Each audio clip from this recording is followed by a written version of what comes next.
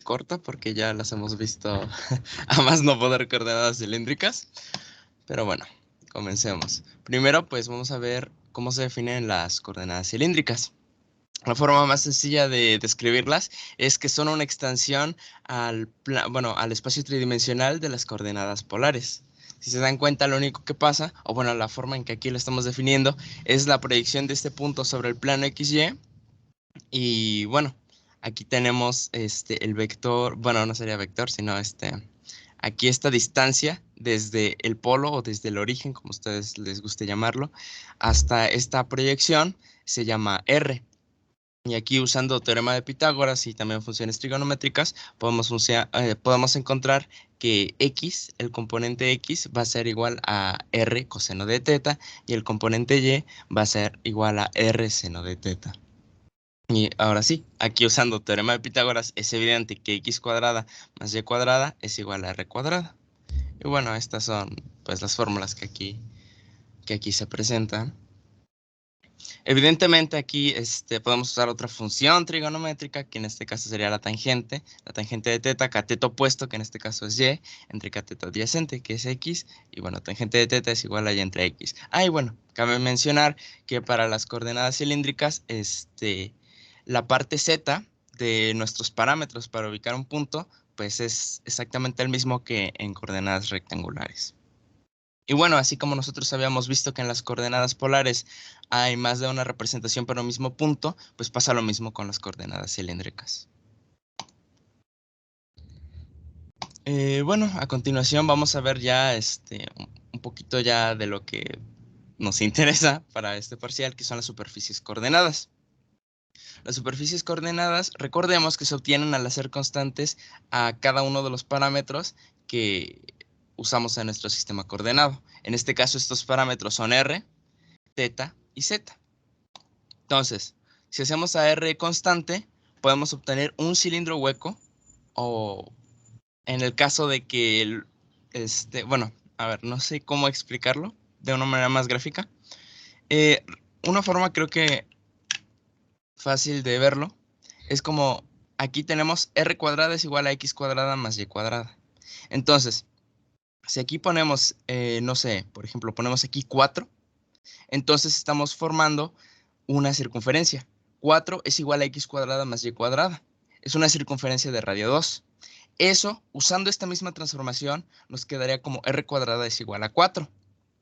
Entonces, lo que estamos formando aquí es una circunferencia.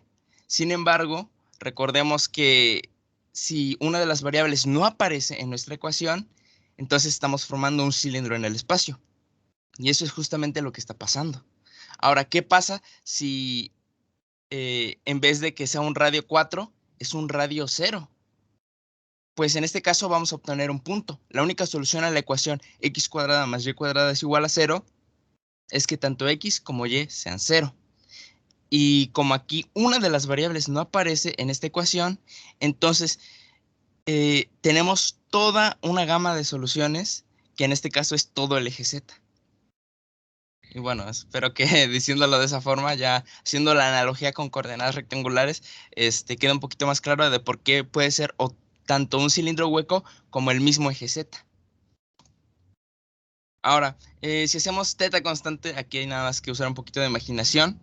Si tenemos teta constante, entonces podemos ir variando a cualquier valor que nos plazca, tanto z como r. Entonces así tiene mucho sentido que se esté formando un plano vertical. Y finalmente, si tenemos z constante, pero podemos variar teta y podemos variar r, pues tiene también muchísimo sentido, usando un poquito de imaginación, que se forme un plano horizontal. Y bueno, aquí otra imagen un poquito más completa, en lo que se resume todo lo que les acabo de mostrar. Y bueno, a continuación, pues vamos a ver las curvas coordenadas de este sistema de coordenadas. Recordemos que cuando hacemos la intersección de superficies coordenadas, en este caso de las cilíndricas, pues vamos a obtener pues las curvas coordenadas. En este caso vamos a encontrar las siguientes. La primera de todas, cuando combinamos nuestro cilindro, o también puede ser el eje Z. Cuando combinamos nuestro cilindro con el plano vertical, vamos a obtener una recta. Bueno, en este caso, pues aquí son dos rectas, pero al fin y al cabo son rectas. Eso es lo que tenemos que tener en cuenta, son rectas. Entonces, bueno, esa es la primera curva coordenada. Aquí como recordemos que el cilindro es cuando R es constante y el plano vertical cuando θ es constante, entonces el único parámetro que nos falta es Z. En consecuencia, esta es la curva Z. Por otro lado, si nosotros unimos cuando R es constante y cuando Z es constante, vamos a obtener el único parámetro que nos falta por usar es θ. En consecuencia, esta es la curva θ. Y bueno, ahora sí, ¿qué es la curva θ? Pues es muy fácil de ver por la imagen, imaginándose muchos más casos, pues que simplemente se va a formar una circunferencia o en su defecto, en que R sea igual a 0, se va a formar un punto, porque es la intersección de un plano con una recta. Y finalmente, cuando hacemos a los dos planos constantes, o sea, cuando nosotros tenemos a θ y a z constante, el parámetro que nos falta es R. Entonces, esta es la curva R, esta que yo estoy mostrando aquí al final. Y bueno, el cruce de dos planos, la intersección de dos planos, en este caso, pues es una recta. Y bueno, ya quedó. ¿Qué nos falta? Muy fácil, unos factores de escala, unas derivadas parciales y ya quedó. Entonces, partimos de lo siguiente. Sea R el vector que está definido de la siguiente forma, que hemos visto muchísimas veces. Entonces, recordemos que para las coordenadas cilíndricas tenemos pues estas igualdades. Entonces, si sustituimos en nuestro vector, nos va a quedar lo siguiente. Muy bien, entonces, a continuación recordamos la fórmula pues para obtener los factores de escala. Es el valor absoluto de la derivada del vector posición con respecto a los parámetros de nuestro interés. En este caso va a ser pues primero R, después va a ser θ y finalmente va a ser Z. Sacamos magnitudes y ya quedó. Pero bueno, primero vamos a derivar parcialmente, no nos adelantemos tanto. Entonces aquí una pequeña derivada. Aquí otra derivada parcial y aquí otra derivada parcial. Realmente lo digo tan rápido porque es que son derivadas que salen en 3 segundos, entonces creo que ni siquiera falta detallar las demás. Entonces, pues ya, lo que yo venía mencionando, simplemente es necesario sacar la magnitud de cada vector parcialmente derivado. Pues ya, aquí coseno cuadrado de θ más seno cuadrado de θ es 1, raíz de 1 en 1, ya quedó. Aquí para h sub θ, bueno, lo podríamos dejar así con la magnitud, pero se ve feo. Entonces decidí tomar esta notación en donde es h sub r, h sub θ para cada parámetro de nuestro sistema de coordenadas. Entonces aquí nuevamente podemos factorizar r cuadrada y ok, nos sale la pitagórica, la identidad pitagórica y otra vez se nos simplifica de una manera muy bonita. Y aquí con respecto a z, bueno, aquí habíamos visto que tiene una magnitud de 1 y ya quedó. O sea, no hay más que agregar. Estos son los valores de los factores de escala. Y bueno, las referencias, aquí me doy cuenta de que me faltó una cosa. Me agregó aquí a agregar el Schaum, porque las definiciones se me fue. Unas definiciones aquí fueron del Schaum y bueno, el otro fue Larson. Realmente allí viene todo lo necesario. Vale, muchas gracias, Irving. Sí. Coordenadas esféricas.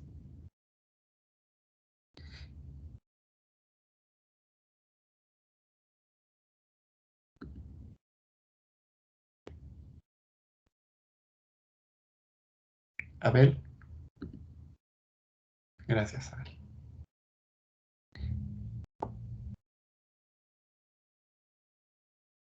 Cuando gustes puedes comenzar. ¿Se me escucha? Uy. Sí, adelante. Es que hace rato estuve teniendo problemas. Le iba a comentar que voy a presentar nada más el tercer parcial también. ¿La Es que qué? hace rato no le pude contestar. Que voy a presentar el tercer parcial nada más. Es que Ok. hace rato no pude hablar porque estaba teniendo problemas con la computadora. No te preocupes, ahorita te anoto. Gracias. Ya puedes Ok. comenzar. Sí, bueno, yo les vengo a presentar lo que son las coordenadas esféricas. Estas, bueno, sí, pues es como que un repaso porque ya habíamos desarrollado la mayoría de lo que se va a presentar en clase, así que solo es para recordar. Bueno, nosotros podemos definir a las coordenadas esféricas a través de estas formaciones que ya conocemos, que ya hemos trabajado desde, bueno, desde el principio casi del semestre. Así que, pues no hay mucho que decir, pues ya sabemos que ρ es la distancia dirigida que va del origen al punto. Phi es el ángulo que se mide con respecto al eje Z, el ángulo positivo que se mide con respecto al eje Z. Y θ es el ángulo que se mide con respecto a la proyección de la distancia dirigida con el plano XY. Bueno, nosotros tenemos que si dejamos constante uno de estos valores o ¿cómo podría decirlo? Bueno, si dejamos constante estos valores, obtenemos lo que son unas superficies ya bien definidas, que son nuestras superficies coordenadas. Por ejemplo, si nosotros dejamos lo que es ρ constante, vamos a obtener una esfera. Si dejamos phi constante, vamos a tener un cono. Y por último, si dejamos θ constante, obtendríamos un semiplano. Aquí no lo pude dibujar bien, pero en teoría es un semiplano. Ahora, la intersección entre estas superficies nos va a generar lo que son nuestras curvas coordenadas, que por ejemplo, si estuviéramos trabajando con el plano cartesiano, serían nuestros ejes Y, Z.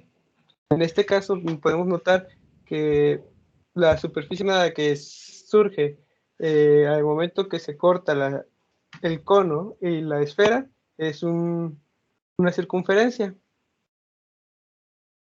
que esta sería nuestra curva θ. De ahí nuestra curva phi surge cuando se corta el semiplano con la esfera. Y por último, nuestra curva ρ es una recta que surge cuando se corta el semiplano con el cono. Bueno, los factores de escala y los vectores unitarios. Estos pues ya los habíamos desarrollado en clases donde habíamos visto que el vector unitario son los que tenemos aquí y el factor de escala, por ejemplo, para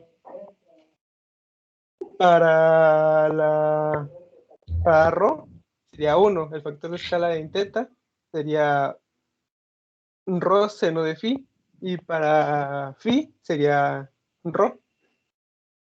Y pues, ahora sí, ya sería todo. Ok, gracias, Abel. Muy bien. Me dijiste el tercero, ¿verdad? Que vas a presentar. Sí, nada más el tercero. Sale, gracias. Listo. Vamos con coordenadas cilíndricas parabólicas, Voy. que son Efraín y Miranda. Sí, ahí vamos. Sale, gracias.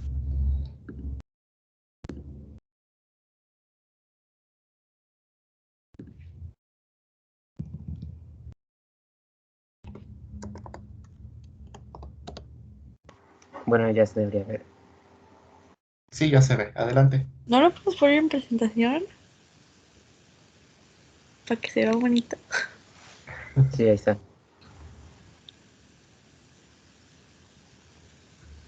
No, todavía no está en presentación. No, yo creo que tarda. Ok. Ay, sí, yo lo estoy viendo. Oh. Bueno, voy empezando pues.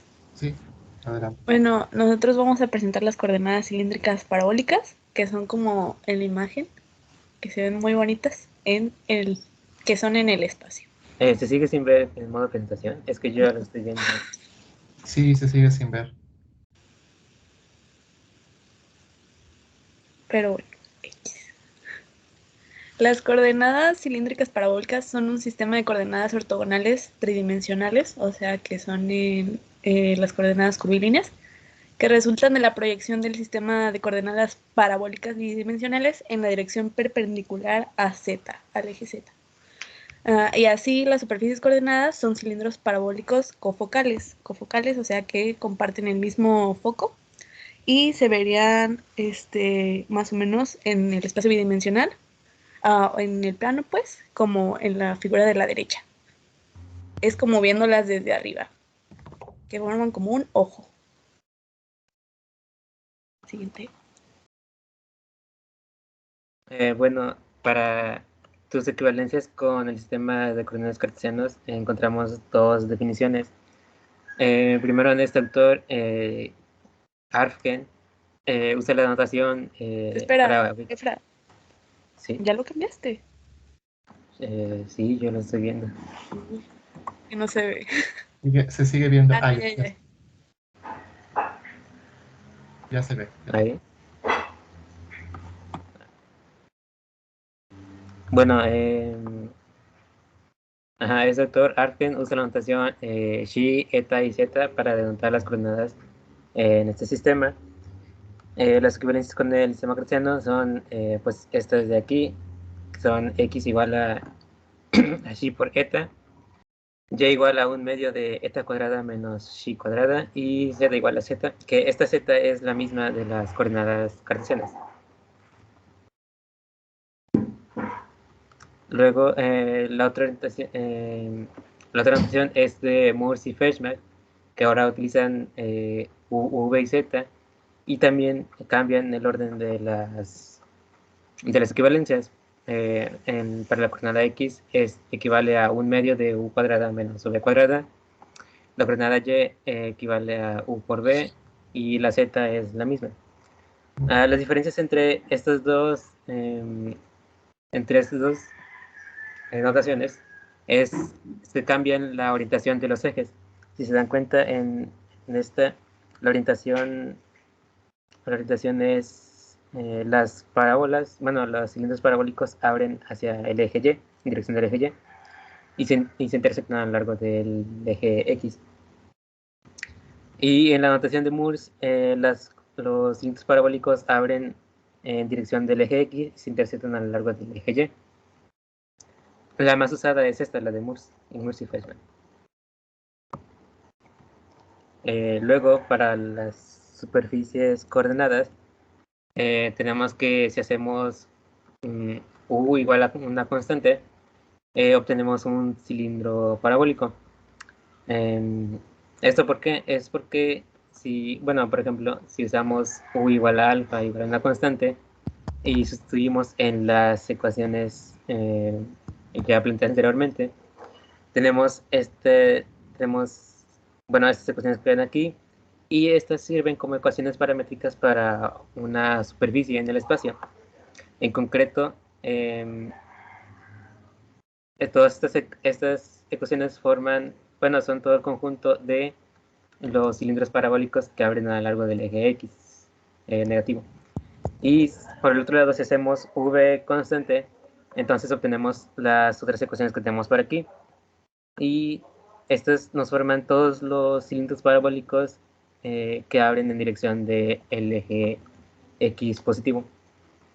Y para la z, bueno, no la puse, pero como es la misma de las coordenadas cartesianas, pues ahí no hay pierde, ¿no? Sabemos que si tenemos z igual a una constante, eso nos forma un plano horizontal que intercepta el eje z en el punto en el que vale z, ¿no? Y ya se serían todas las superficies coordenadas.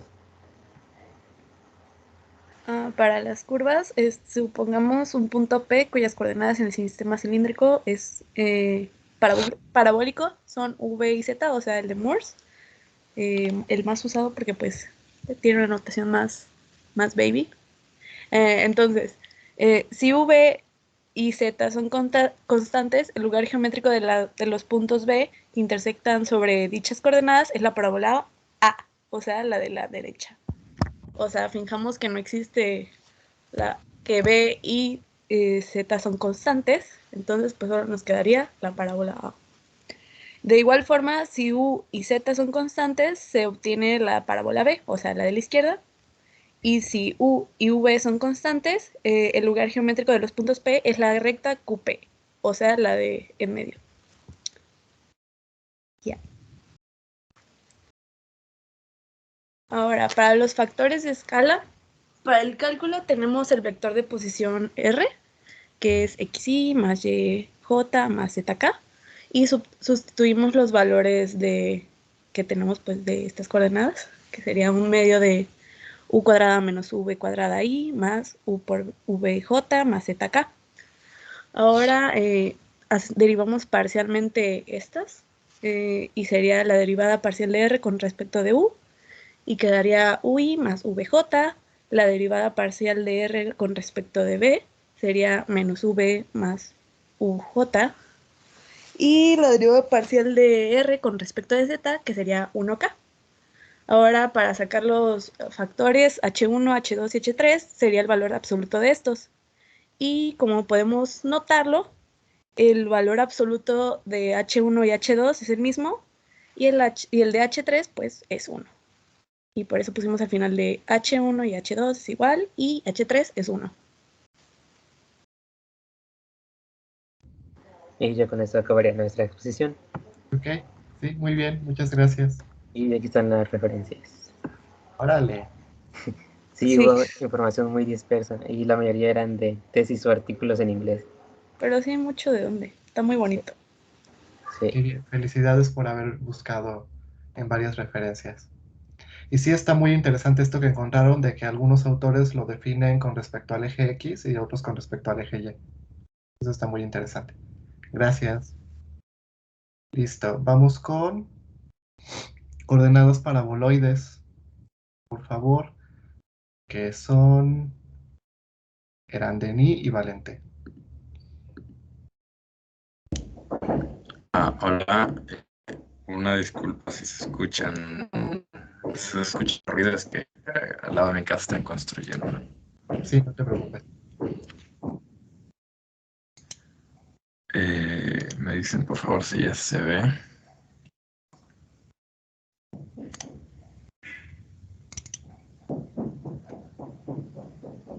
Ya se ve. Ok, gracias.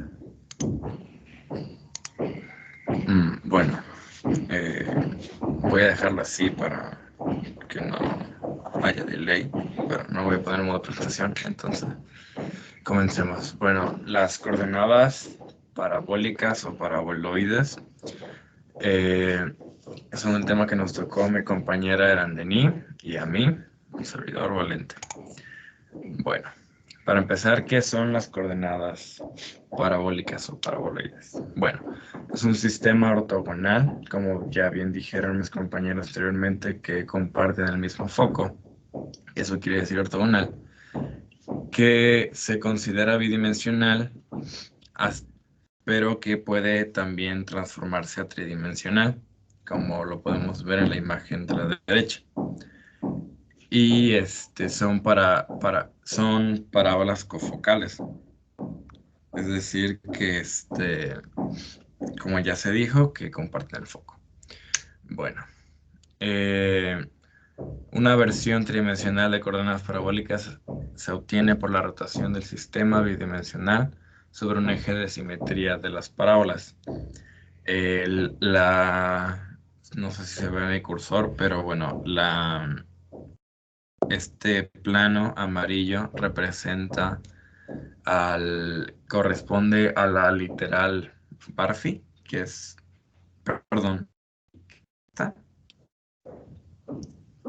y esto representa el ángulo de inclinación que va a tener, o más bien el ángulo rotado que va a tener ambos planos, llamemos ambos paraboloides, con respecto del polo del origen. Y para denotar o para expresar a las paraboloides que vamos a trabajar, se usan las literales sigma y tau. Y esos toman valores pues de números reales. Y aquí podemos ver la comparación bidimensional entre coordenadas parabólicas, que son la roja y la azul, y la verde, perdón, y las cartesianas, que pues es la que ya todos conocemos, la cuadrícula azul. Luego, las coordenadas parabólicas bidimensionales con respecto a sigma y a tau, se definen a partir de X y Y, digamos, la conversión serían estos. Pasar del plano cartesiano al plano parabólico bidimensional sería a través de estos. Y como ya mencionamos, en bidimensional ya no se usa Barfi, pues no hay rotación.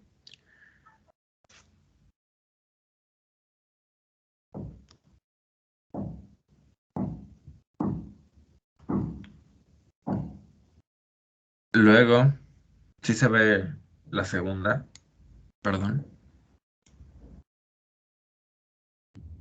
Ahorita está una diapositiva que dice coordenadas parabólicas bidimensionales. Ah, ok. Sí, sí. Sí. Es que creo que hay un poquito de delay. Pero bueno, continúo. Para una curva constante se utiliza esta parábola, esta fórmula de parábola, que también pasa del plano cartesiano, donde tau es constante, donde sigma es constante para pasar al plano cartesiano, y pasa lo mismo, pero con tau constante. Es la misma forma, bueno, muy similar. Y cambia también el sentido de las... Bueno, aquí nos falta ponerla, pero es lo mismo, solo que con diferente signo. Cuando se invierte el sentido del eje. Ahora tendría que verse la diapositiva de factores de escala bidimensionales.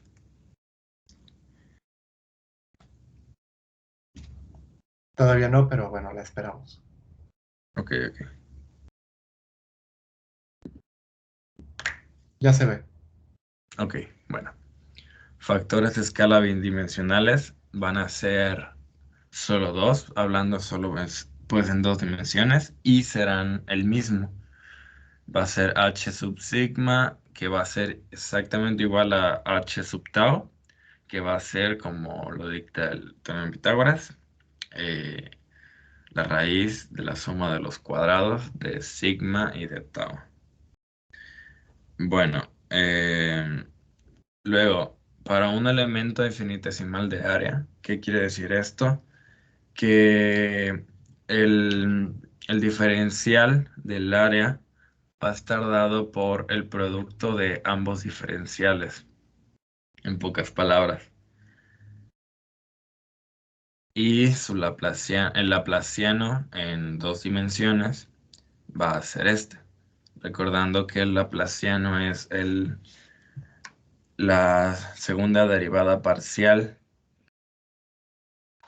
con respecto de cada... Perdón, es el producto punto entre nabla y la función, y eso se vuelve a derivar, perdón, parcialmente. Y pues se define como esto, ¿no? Y bueno, otros operadores que se pueden diferenciar es el producto punto, nabla producto punto y nabla producto cruz F. Bueno, luego debe de verse la siguiente diapositiva, que son coordenadas parabólicas tridimensionales.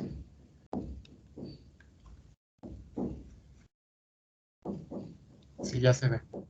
Ok, bueno, las coordenadas parabólicas bidimensionales son las primeras que ya vimos y son la base para que se dé el arreglo, por así decirlo, de este sistema coordenado. Entonces se agrega una tercera dimensión, como ya vimos, que es la proyección en una tercera dimensión, que es en las coordenadas cartesianas sería z, Y aquí la podemos ver. Entonces, estos serían los factores de conversión, que sería x igual a sigma tau coseno de phi, donde phi ahora ya es la función. Está, perdón, relacionada con el grado de inclinación respecto a la tercera dimensión que acabamos de agregar. Y z ahora va a depender de los dos factores de las dimensiones anteriores. Aquí dice que la rotación sobre el eje de simetría de las parábolas produce un conjunto de paraboloides cofocales, formando un sistema de coordenadas que también es conocido como las coordenadas parabólicas o paraboloides.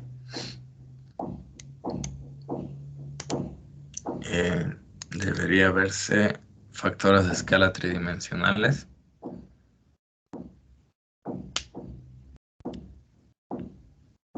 Todavía, ya se ve. Ok, bueno, entonces, igual que en el caso bidimensional, h sub tau y h sub sigma tienen el mismo valor, solo que ahora h sub phi va a ser el producto de sigma con tau y nótese que los h sub sigma y h sub tau no cambian respecto del bidimensional. Ahora bien, el diferencial del volumen, ya que hablamos en tercera dimensión, va a ser el producto de estos tres factores de escala por cada uno de sus diferenciales. Y esto se puede, bueno, sustituyendo, pues se traduce a sigma por tau por sigma cuadrada más tau cuadrada.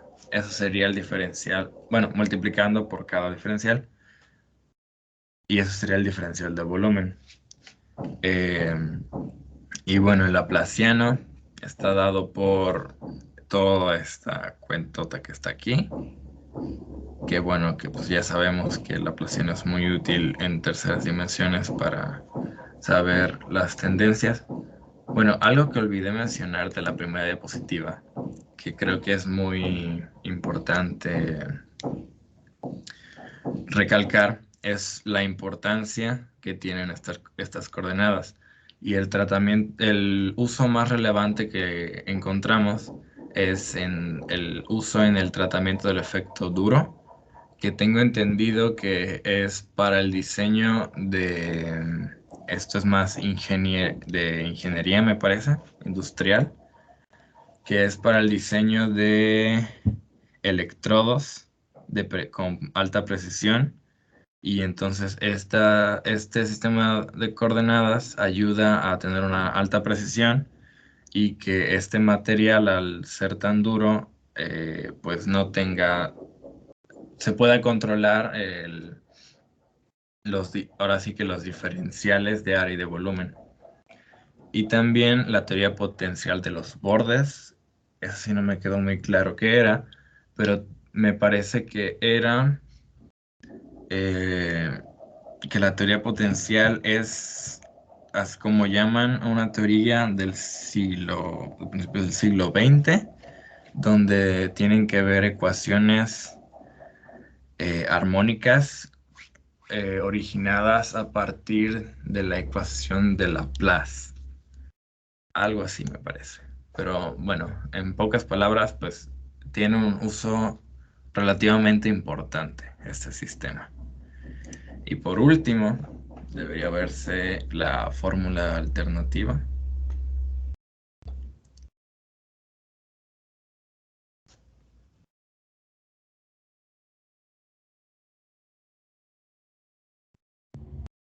Ya se ve.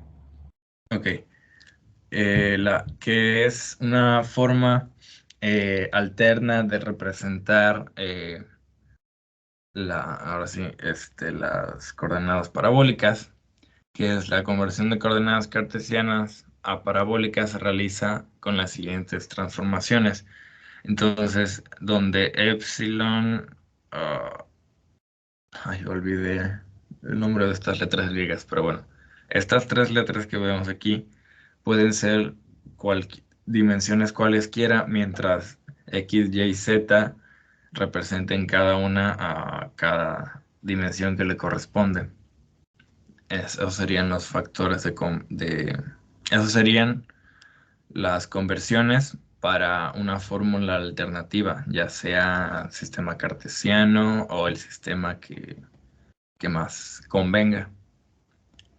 Y eso sería todo de nuestra parte. Ok, muchas gracias. Qué bueno que sí lograron encontrar los factores de escala porque este sistema de coordenadas es muy complicado.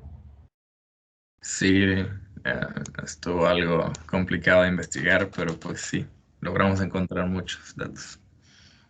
Bien, entonces, muy bien. Gracias. Siguiente es coordenadas cilíndricas elípticas. Por favor. Sí, ya vamos, profe. Ok.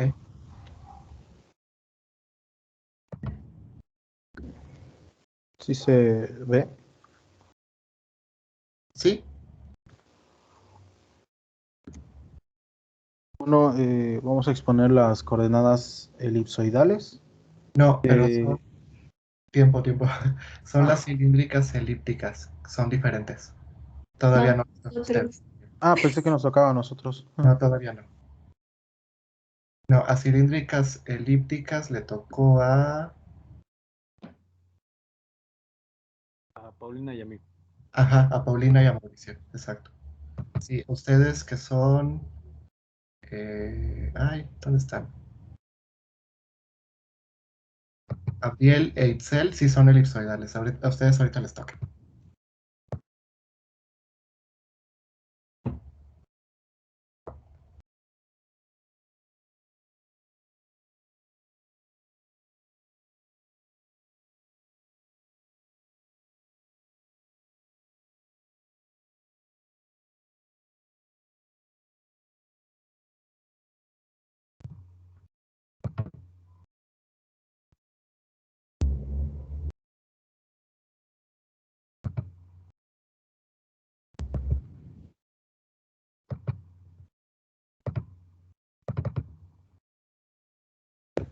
Problemas técnicos. No se preocupen.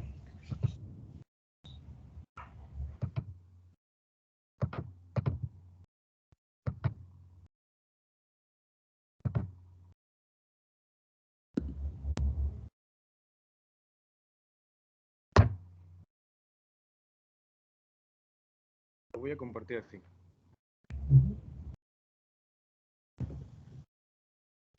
Bueno, pues nosotros vamos a hablar de las coordenadas cilíndricas elípticas.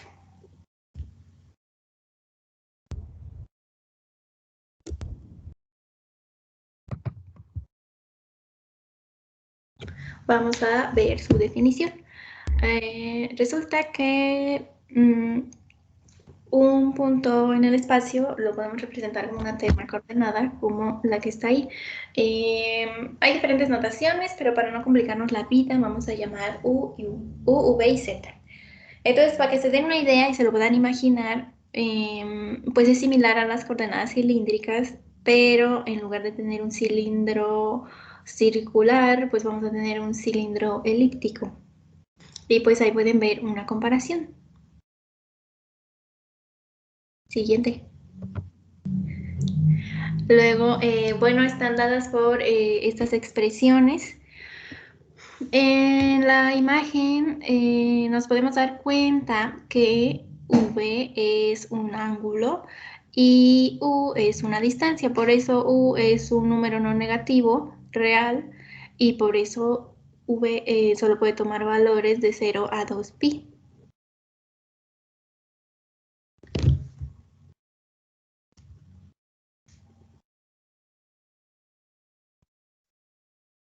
Luego podemos ver que las podemos relacionar con las coordenadas cartesianas a través de esas ecuaciones. En realidad no encontré las ecuaciones exactas para ir de rectangulares a cilíndricas elípticas, pero supongo que eso sirve porque pues es como, de ahí podríamos sacar como un sistema de ecuaciones, un sistema de ecuaciones de 2×2, y entonces pues supongo que de ahí podríamos obtener los valores que estamos buscando. Luego, para las superficies coordenadas, pues es básicamente de los 3 valores que tenemos, uno lo hacemos constante y lo demás varía. Entonces, por ejemplo, si hacemos, bueno, en esta imagen también ocupan una notación diferente, pero ahí lo compuse y entonces por eso tienen unas igualdades ahí. Pero el caso es que cuando z es constante, como z es igual a z, pues es bien fácil. Entonces se arma un plano. Esta imagen la estamos viendo desde arriba. Si se dan cuenta, tenemos el eje X en vertical, el Y en horizontal y el Z sale de la pantalla. Entonces es como si lo estuviéramos viendo desde arriba. Entonces el plano Z, pues es cuando Z es constante. Luego, si hacemos U constante, vamos a tener un cilindro elíptico. Y si hacemos V constante, vamos a tener un cilindro hiperbólico. Y listo. Ahora Mauricio les va a explicar lo demás. Bueno, para las curvas coordenadas, en este caso la curva B, lo que hicimos fue mantener a B igual a una constante. Y lo que sucede al intersecar las superficies Z y U es una elipse. La superficie Z es el plano azul, el U sería el cilindro elíptico. Para la curva U, U igual a una constante, la intersección de las superficies Z y V forman una hipérbola. Para la curva Z, Z es igual a una constante, y la intersección de las superficies U y V forman líneas rectas. Aquí tenemos una representación gráfica de las coordenadas cilíndricas elípticas. Lo que pasa en el video es que se va variando U, también V, Z y A. Le ponen atención porque solo dura como 20 segundos.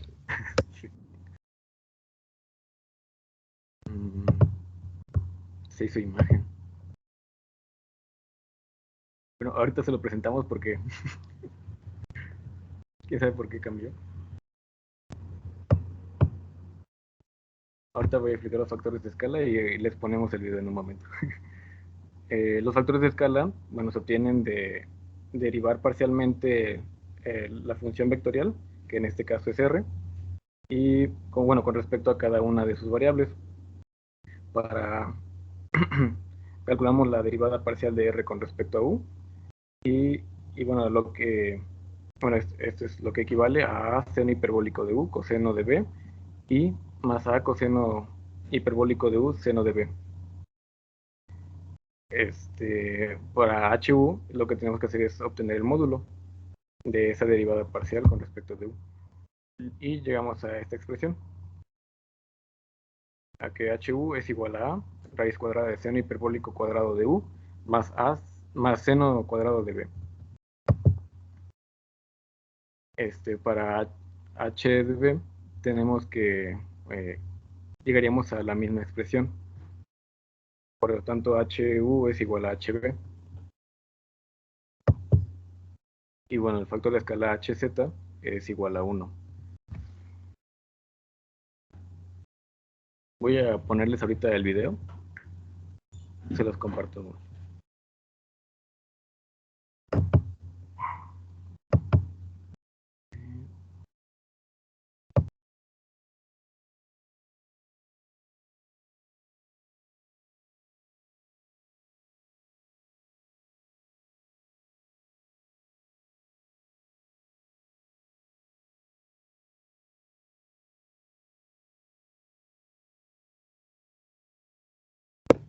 Se los voy a enseñar yo.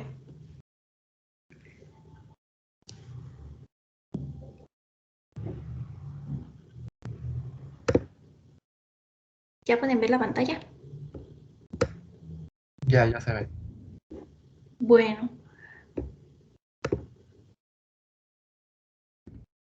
Si se dan cuenta, aquí este es el puntito. Y acá están como los parámetros, por así decirlos. Entonces van a ir variando uno por uno y los demás los mantienen constantes y entonces van a ver lo que va a pasar.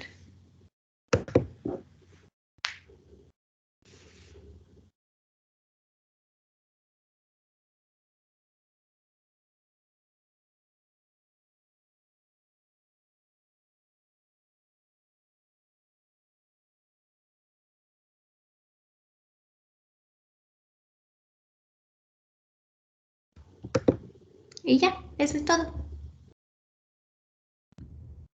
Súper, muy bien. Gracias, Paulina y Mauricio.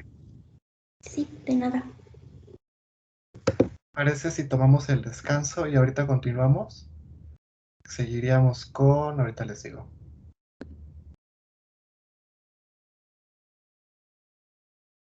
Coordenadas esferoidales achatadas, que eso le tocó a, déjenme ver,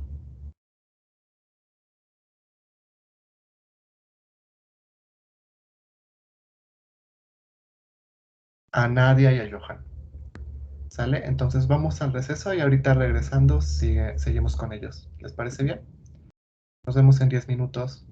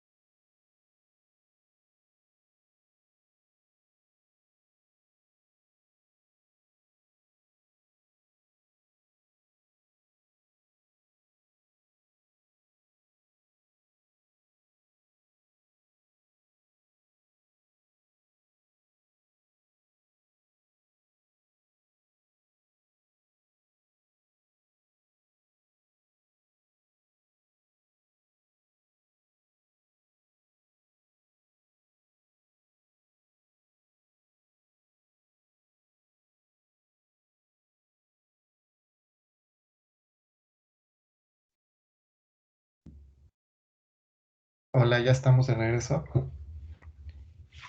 ¿Ya andan por ahí? Sí, aquí andamos.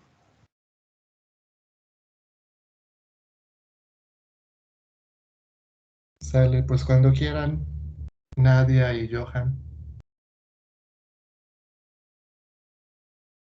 Sí, gracias. En un momento.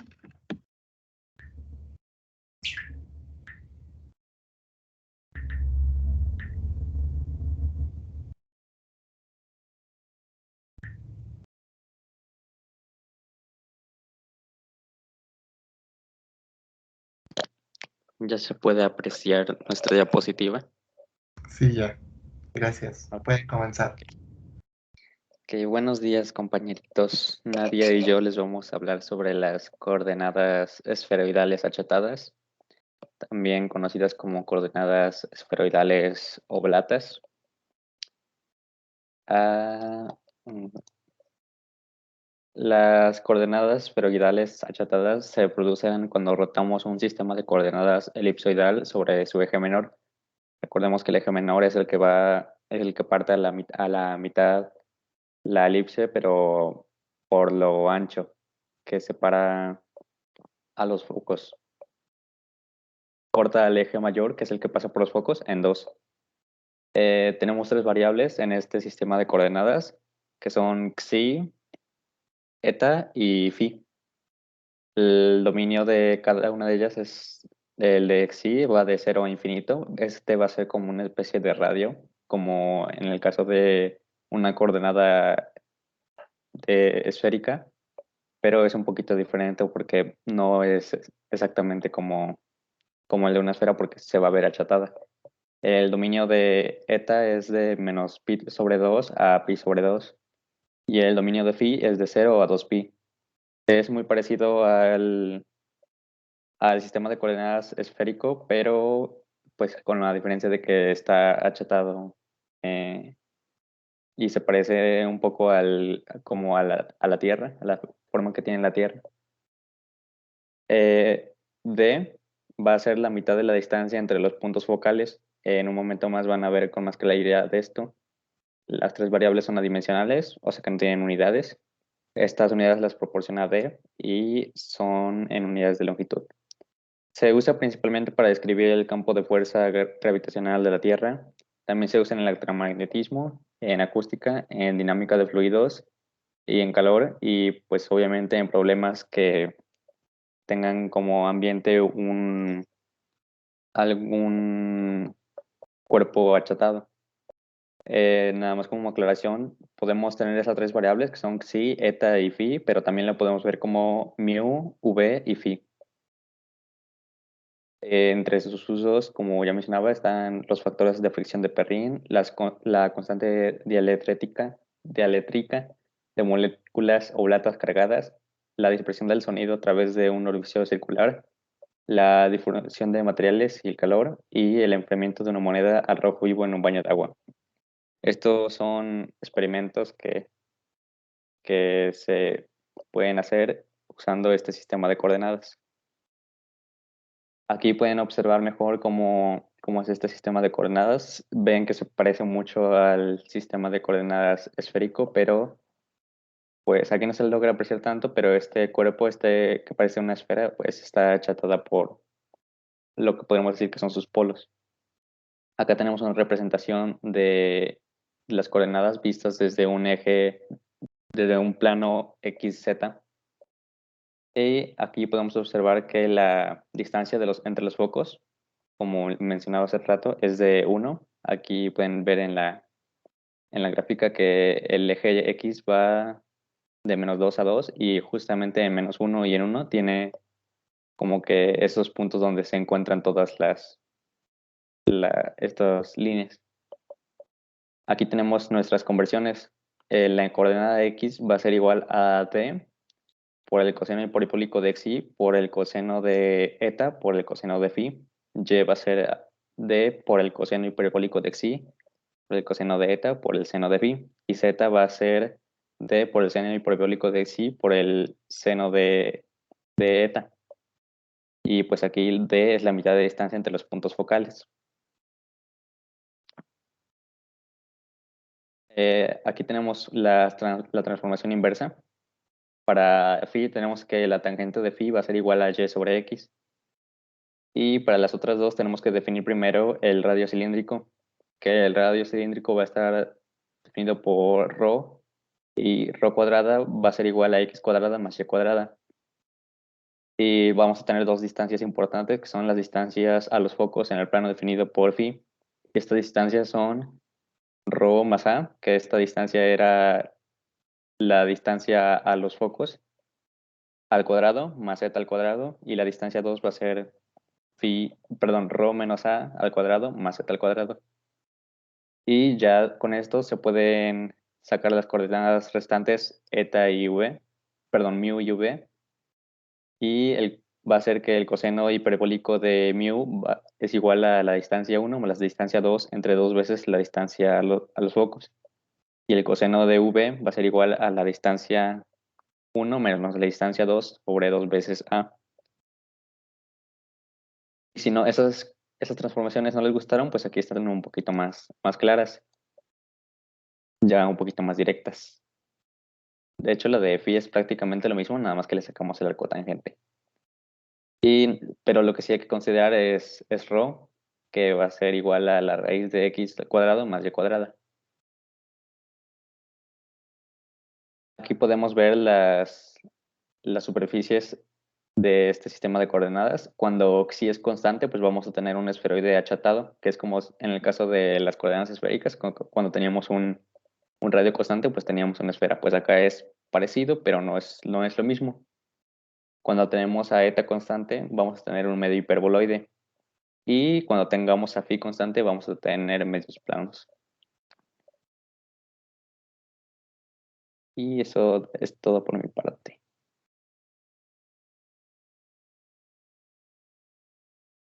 Profe, ¿qué pasó? Antes de que continúen, ¿puedes regresarle, por favor, a la imagen? Observen ahí a esa, la que tiene las superficies coordenadas. No, la última que presentaron antes de que terminara Johan. Esa. Observen, por favor, el esferoide achatado. Fíjense, por eso se llaman coordenadas esferoidales achatadas, porque es como si fuera una esfera, pero está como aplastada. ¿Ya vieron? Entonces quédense con esa imagen en mente, porque el equipo que viene va a exponer sobre las coordenadas esferoidales alargadas y va a ser algo contrario. Ahora, en vez de estar achatada la esfera, va a estar alargada así. Eso era lo que quería comentar. Ya puedes continuar, Nadia, perdón. No se preocupe, profe. Bueno, ahora vamos a calcular el factor de escala, bueno, los factores de escala de cada una de las variables. Para empezar, pues nosotros al principio ya habíamos puesto cuál era el valor de x, de y y de z, de las coordenadas achatadas. Y aquí podemos ver que pues x lo que vale, y lo que vale y z lo que vale. Entonces, pues en las clases de análisis ya habíamos visto que lo que tenemos que hacer primero es sacar la derivada de dicho valor. Y pues bueno, buscamos que el coseno hiperbólico, la derivada del coseno hiperbólico, viene dada por el seno hiperbólico. Y también la derivada del seno hiperbólico viene dada por el coseno hiperbólico. Entonces, pues lo demás queda igual, en realidad no hay como que mucha diferencia, pero pues para sacar el factor de escala hay que sacar la magnitud de dicha derivada. Y pues aquí podemos ver el procedimiento, que todo se tiene que poner al cuadrado, pero como tienen la d en común, la podemos sacar de la raíz y pues nos queda como una d. Y adentro lo que podemos hacer es poner que, bueno, tanto tienen el seno hiperbólico de psi y el coseno al cuadrado de eta en común. Entonces, si nos damos cuenta, podemos agrupar el coseno cuadrado de phi más el seno cuadrado de phi, que pues en clases de álgebra ya habíamos visto que esto es igual a 1. Y bueno, aquí podemos obtener esto, pero pues otra vez ocupando la misma fórmula de trigonometría, obtenemos que el coseno cuadrado de eta es igual a 1 menos seno al cuadrado de eta, y entonces podemos hacer un poquito más pequeña la ecuación. Y aquí, bueno, lo que obtenemos es coseno hiperbólico de psi menos coseno hiperbólico al cuadrado de psi menos seno hiperbólico al cuadrado de psi, pero pues esto buscando en internet es igual a 1. Entonces el resultado final va a ser aquí falta una d, por la raíz de el seno hiperbólico al cuadrado de psi más el seno cuadrado de eta. Y este pues, sería el resultado para el factor de escala de psi. Luego es igual para el factor de escala de eta.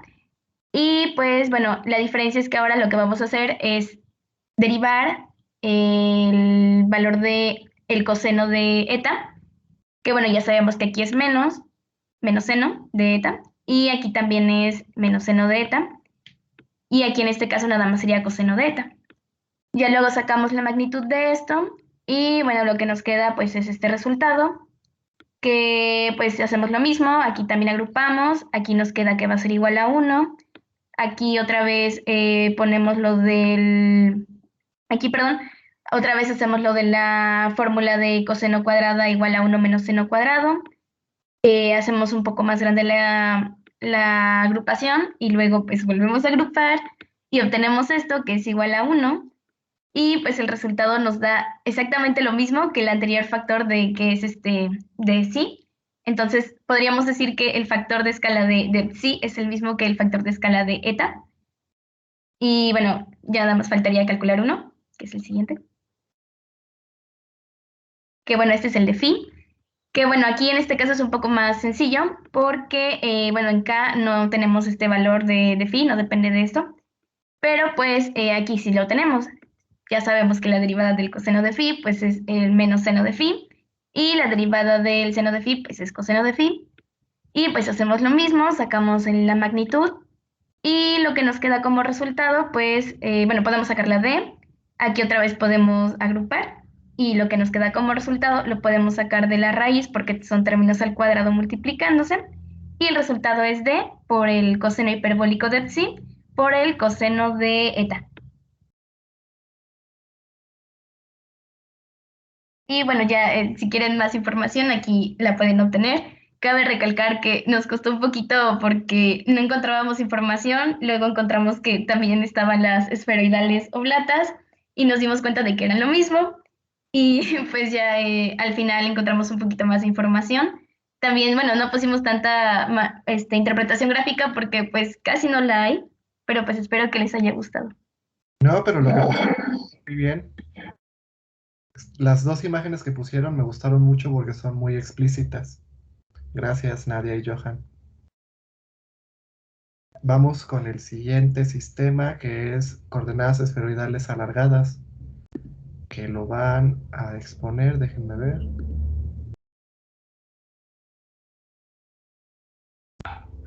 Carlos y José Ramón. Sí, comparto y...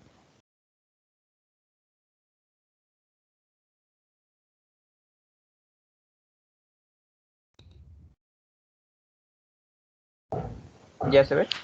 Sí, adelante. Bueno, tenemos las coordenadas esferoidales alargadas o prolatas.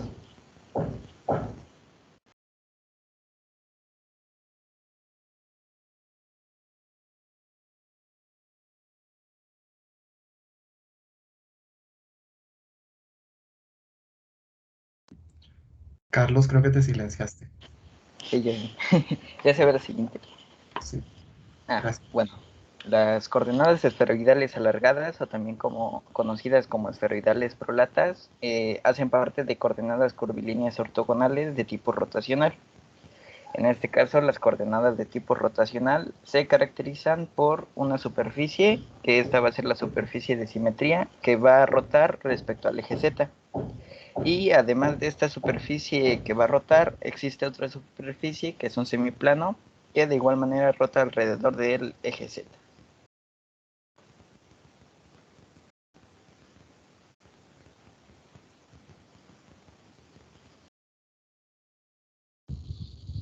La definición es en un sistema de coordenadas esferoidales alargadas, o como ya dijimos también prolatas.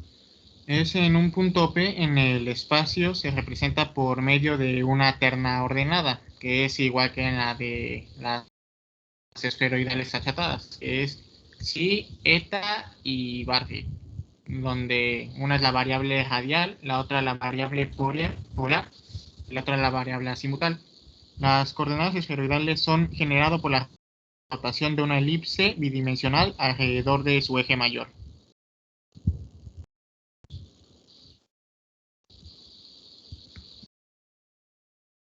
En este caso, pues nosotros pusimos únicamente una conversión que es para coordenadas rectangulares. Entonces tenemos que para x su conversión sería d, que va a ser la mitad de la distancia entre los puntos focales, y esa mitad va a coincidir con el origen. Bueno, x va a ser d por el seno hiperbólico de xy, por el seno de eta, por el coseno de phi. Y va a ser d por el seno hiperbólico de xy, por el seno de eta, por el seno de phi, y z va a ser d por el coseno hiperbólico de xy, por el coseno de eta. En este caso, pues, así como se ve la imagen, es la forma tridimensional de los planos que se van a formar de las superficies coordenadas, que ahorita las va a explicar mi compañero.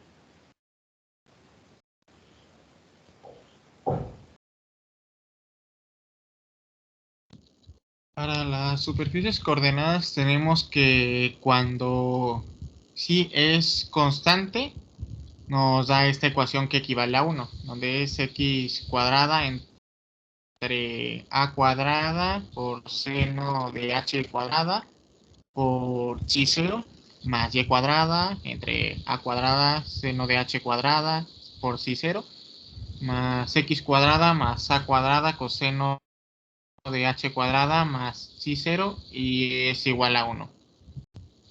Esa sería como que la esfera de medio. Luego está eta constante y es prácticamente la misma ecuación, solo que se cambia la variable de psi por eta, se pone un menos y se quita la h.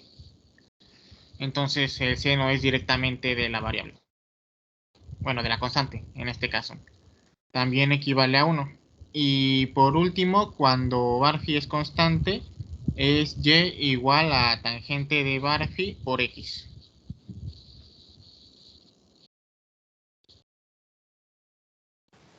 Bueno, así como dijo, entonces cuando xy es constante, la superficie coordenada que se va a formar va a ser un esferoide o algo así como un paraboloide, como se ve en la figura de la parte superior izquierda. Cuando eta es constante, se va a formar un en este caso, respecto a donde vimos la información, lo mencionaban como un hiperboloide o como cono hiperbólico, el cual, dependiendo del valor de eta, se va a encontrar en la parte superior e inferior. Este eta va a tener valores desde 0 hasta pi. Entonces, cuando pase de pi medios a pi, este hiperboloide va a invertirse y va a estar por la parte inferior. Y pues ya phi, cuando es constante, es que se ve este plano de la figura inferior izquierda, que pues corta toda la figura.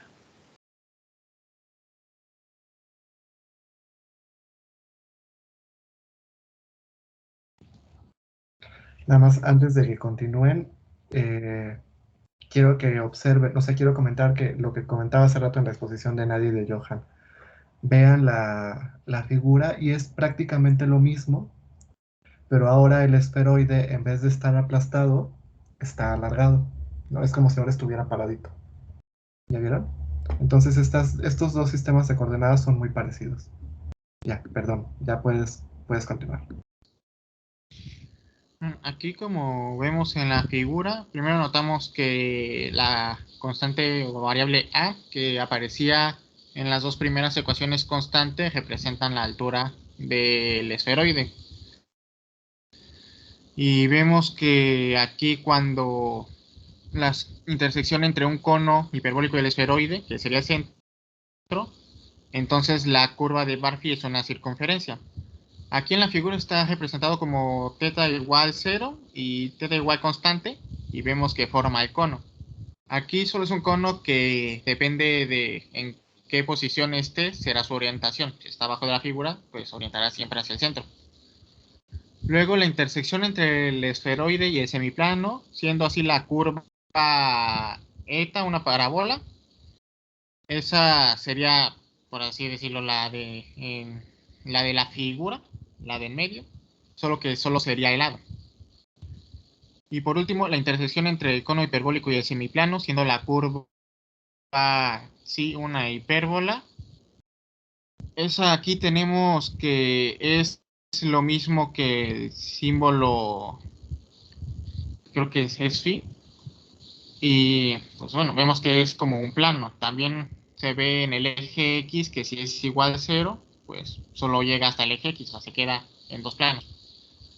Y cuando eta es constante, aquí nos pone, pues se hacía la figura de al lado, o sea, es el contorno del esferoide. Ahora sí.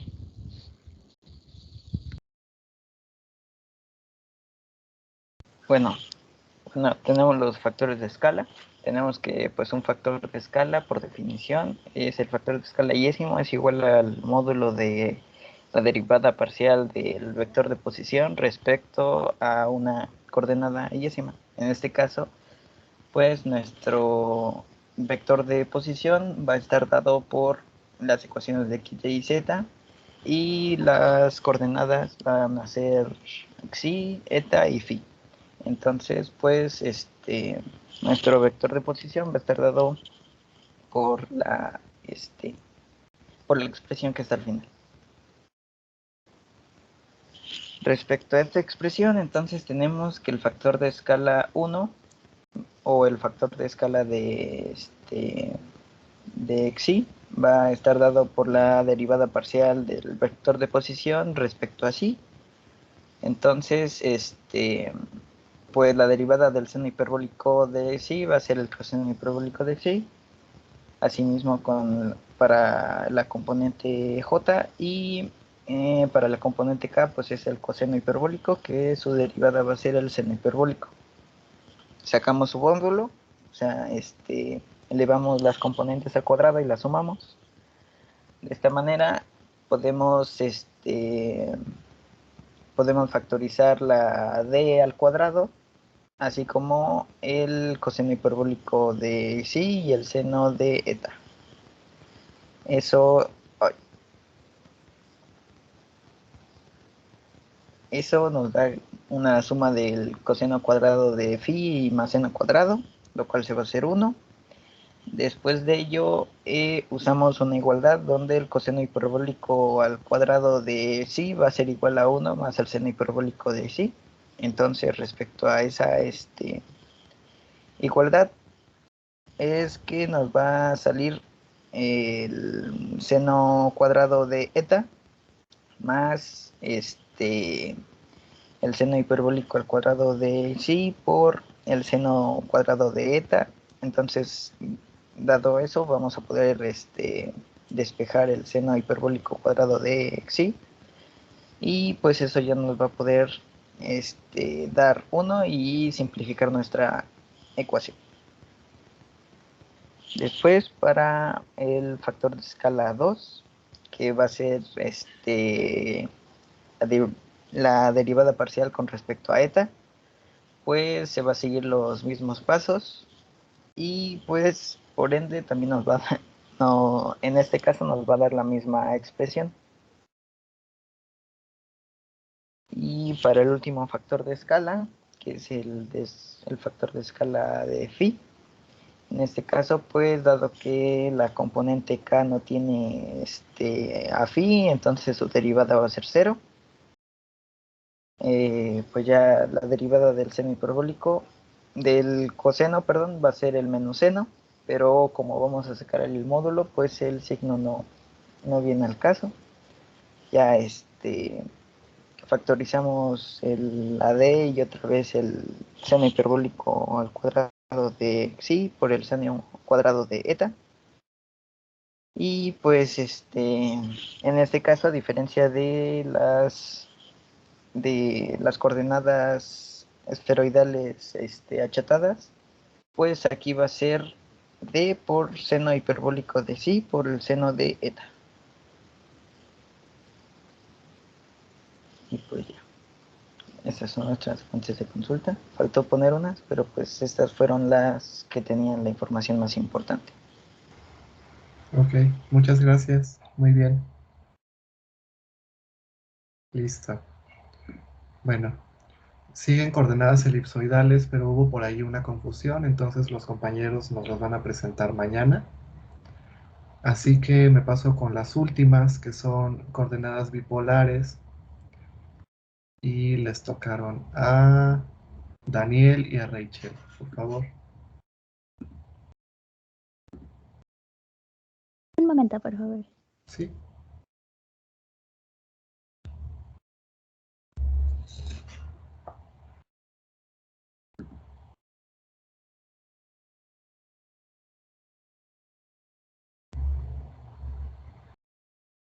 Ok. Coordenadas bipolares. La diapositiva. Ah, ya. Definición. Vamos a empezar pues explicando pues qué son, ¿no? Bueno, las coordenadas bipolares son un sistema de coordenadas ortogonales bidimensional basado en las circunferencias de Apolonio. Pero bueno, ¿qué son las circunferencias de Apolonio, no? Pues las circunferencias de Apolonio se trata de un famoso problema de lugares geométricos, donde te dan dos puntos A y B y tienes que determinar el lugar geométrico de los puntos del plano P que cumplen con que la distancia de P a A y de P a B va a ser, o sea, la división entre estas va a ser constante. La razón entre estas. Ajá, esa era la palabra. Ajá. El punto P pues se va a mover en la circunferencia, que va a ser nuestro lugar geométrico, y las distancias de PA y de PAB pues van a mantener una razón fija. Ahora sí, si vamos a la definición que pues nos interesa a nosotros. Siguiente, por favor. Ok, gracias. Las coordenadas bipolares pues se basan en dos focos, F1 y F2.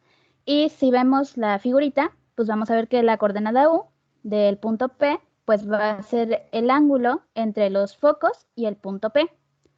Y que la coordenada V, pues va a ser el logaritmo natural de la relación entre las distancias de 1 y de 2. Ahora, si nosotros trabajamos con el sistema cartesiano, los focos, y ubicamos los focos en menos A,0 y A,0, las coordenadas del punto P van a ser las que se encuentran descritas en pantalla, que pues es x igual a A por la razón entre el seno hiperbólico de B dividido entre el coseno hiperbólico de B menos el coseno de U, mientras que para Y van a ser A multiplicado por el seno de U dividido entre el coseno hiperbólico de B menos el coseno de U. La coordenada B va a variar de menos infinito hasta infinito, mientras que la coordenada U se va a definir únicamente en 2pi.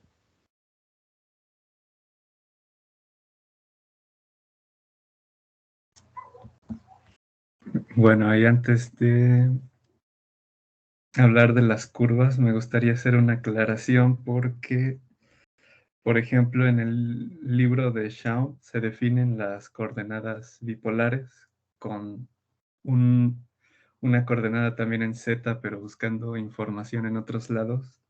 A las coordenadas bipolares se las define nada más en el plano XY, o sea, bidimensionalmente, y a las coordenadas que tienen el eje Z se les conoce como coordenadas cilíndricas bipolares. Pero bueno, esas como extensión al plano tridimensional las voy a mencionar un poco después, y también voy a hablar de otras extensiones al plano tridimensional, porque estas coordenadas bipolares pues tienen como...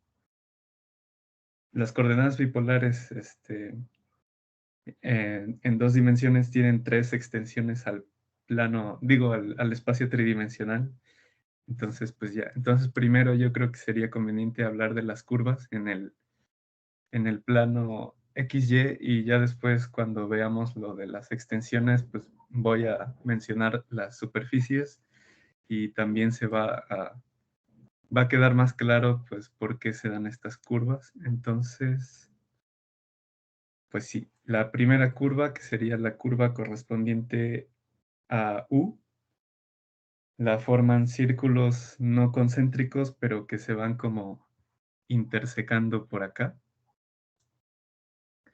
Y esta curva va a estar dada como una ecuación de la circunferencia con centro en 0, a cotangente de u, que es esa coordenada del centro va a ir variando, y a medida que la magnitud de u va aumentando, pues parece ser que el radio de la circunferencia va a ir disminuyendo, y esto pues tiene sentido porque el radio va a estar dado también como una función de la cosecante cuadrada de u multiplicada por a al cuadrado, que pues recordemos que a es donde en coordenadas rectangulares hemos definido dónde está el foco.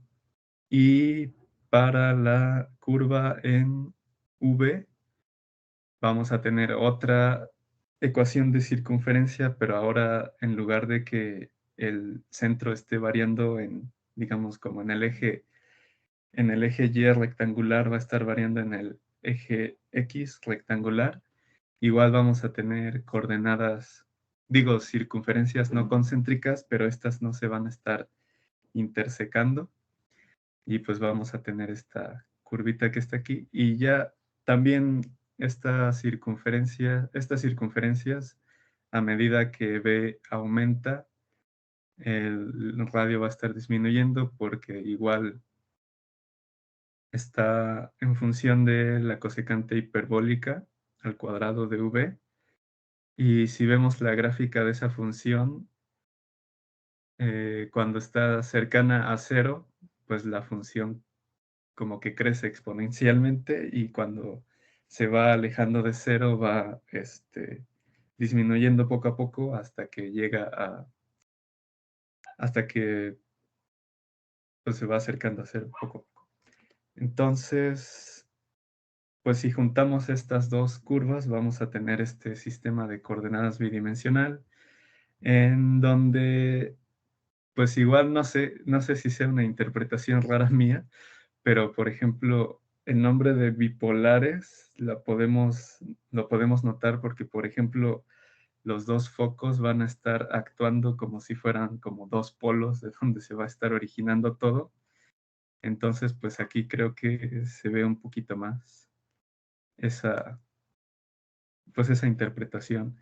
Y pues ya, como les había prometido, la extensión a 3 dimensiones. La primera son las coordenadas bipolares cilíndricas, de las que ya les había hablado antes, que pues ahora vamos a tener 2 cilindros, y si notamos este cilindro que se nos está formando aquí, es correspondiente a estas circunferencias que tenemos acá, y el otro va a ser correspondiente a estas que tenemos acá. Y también vamos a tener un plano aquí como una superficie, y si vemos el plano que está haciendo una intersección con estos dos cilindros, pues nos va a formar las circunferencias que ya teníamos en el plano bidimensional. Y hay otras dos que son las coordenadas biesféricas. Estas coordenadas biesféricas se forman al rotar a las curvas que teníamos en el plano XY alrededor del eje X. O sea, si rotamos todo esto alrededor del eje X, pues vemos que se nos van a estar formando como unas 2 esferas, y pues también vamos a tener un plano por ahí. Pero este plano ahora, en lugar de estar horizontal, va a estar en vertical. Y finalmente las coordenadas toroidales, que se nos van a formar al rotar las curvas en el plano bidimensional alrededor del eje Y. Y después vamos a tener los factores de escala, que aquí también en los factores de escala pues vamos a utilizar las coordenadas bipolares cilíndricas.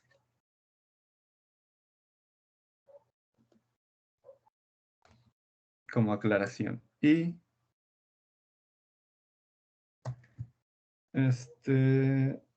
bueno, primero construimos nuestro vector de posición, xy más yj más zk.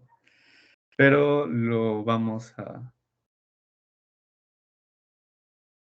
como a sustituir con lo que ya teníamos, con esto de a seno hiperbólico de b sobre el coseno hiperbólico de b menos coseno de u, más i más a seno de u sobre el coseno hiperbólico de b menos coseno de uj más zk, que z sigue siendo z en las coordenadas bipolares cilíndricas. Y pues vamos a comenzar con esto, que primero tenemos el factor de escala con respecto a u, que es la magnitud de la derivada parcial de r con respecto a u. Y pues vamos a tener pues estas derivadas que están aquí. Esta se nos va porque z no depende de u. Y al final vamos a llegar a esta expresión que está acá, que es el seno hiperbólico cuadrado. Bueno, esto que está acá pues lo sacamos porque esto al cuadrado, si sacamos la raíz cuadrada de esto al cuadrado, pues sigue siendo esto. Entonces pues lo sacamos de la raíz. Y ahora vamos a meter a la raíz pues estos dos términos al cuadrado, que nos queda el seno hiperbólico al cuadrado de v por el seno cuadrado de u, más el coseno hiperbólico cuadrado de v por el coseno cuadrado de u, menos 2 coseno hiperbólico de b, coseno de u, más 1, por propiedades del seno, de los senos hiperbólicos y de los cosenos hiperbólicos. Este seno hiperbólico cuadrado de v lo vamos a poder expresar como el coseno hiperbólico cuadrado de b menos 1, y nos va a dar esta expresión que está acá, y nos va a dar un término aquí que es 1 menos seno cuadrado de u, que simplemente es el coseno cuadrado de u. Ya vamos a tener esto que está acá. Y si nos damos cuenta, pues esto es, podemos hacer algo como pues, la raíz del primero, signo del segundo y raíz del tercero. Y si le sacamos raíz a todo esto al cuadrado, si le sacamos la raíz, nos va a quedar coseno hiperbólico de b menos el coseno de u. Y pues esto se va a eliminar, este cuadrado se nos elimina y nos queda a sobre el coseno hiperbólico de b menos el coseno de u. Y pues esto sería HU. Y HB, aunque la derivada es distinta, pues al momento de sacar la magnitud, pues nos va a dar lo mismo. Entonces, pues antes de hacer cálculos innecesarios, pues decimos, pues son iguales. Y pues ya. Entonces, HB es igual a HU. Y pues las dos son el a sobre el coseno hiperbólico de b menos el coseno de u. Y ahora hz, que es la más fácil, pues como nada más z está dependiendo de z, pues las otras dos derivadas nos dan 0. Y esto es igual acá. Y ya para sacar los vectores unitarios, pues serían estos tres que están acá. El último, el vector unitario con respecto a z, pues sería k nada más. Y pues una prueba de que son ortogonales sería calcular el producto escalar entre los tres. Por ejemplo, este con este pues nos da 0, este con este también nos da 0, y entre estos dos pues también nos da 0. Entonces pues los tres son ortogonales.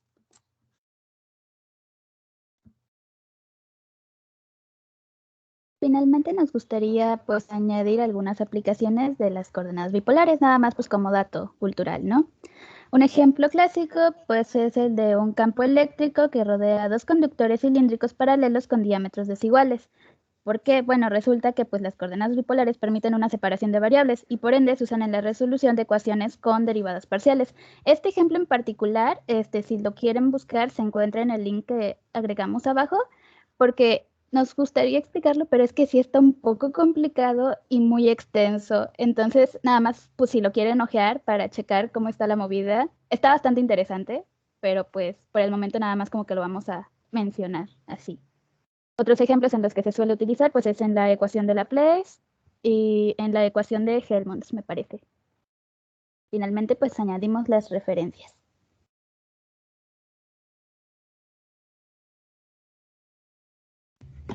Muchas gracias, Rachel y Daniel. Muy buena su exposición. Y bueno, listo, ya terminamos. Esas fueron todas las los sistemas de coordenadas especiales. Justo ahorita me llamó la atención lo que dijiste, Daniel, y me puse a ver el libro. Y sí, en efecto, las que define el libro son las cilíndricas, ¿no? Es decir, toman las bipolares en el plano y les agregan la altura z. Pero sí tienen razón. Bueno, pues eso fue todo por las coordenadas especiales. Les digo, queda una pendiente para mañana. Y bueno, la intención de que ustedes lo trabajaran así fue porque cuando yo me topé con este subtema, que ya es el último subtema del curso, como les había yo contado, bueno, de esta unidad, pues yo pensé que iba a ser muy aburrido que yo me pusiera a platicarles sobre todas los sistemas de coordenadas y pues me pareció mejor idea que cada uno de ustedes pues trabajara con unas diferentes.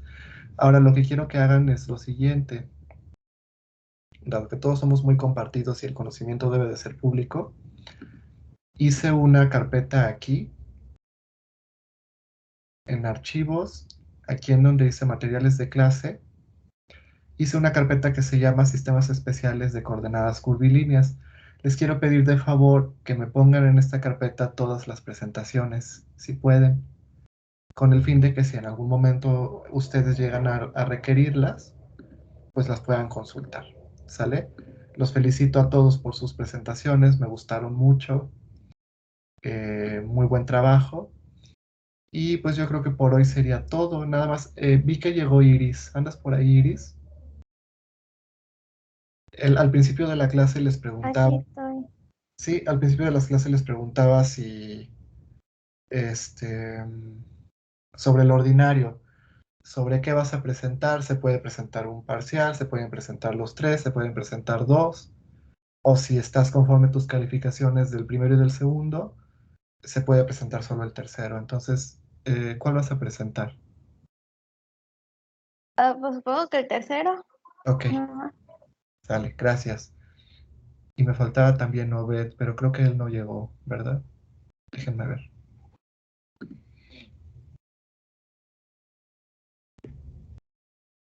No, no llegó. Bueno, luego le pregunto. Listo. Pues yo creo que eso sería todo por hoy. Nos vemos mañana. Mañana pasa el equipo que falta y seguimos para hacer ejercicios, ¿sale? Pues para que estén preparados para su examen. Si no tienen alguna pregunta o algún comentario, pues ya pueden retirarse y nos vemos mañana. Que tengan buena semana. Gracias. Hasta luego. Gracias, Nos profe. vemos. Mañana. Luego, gracias. Hasta luego. Gracias.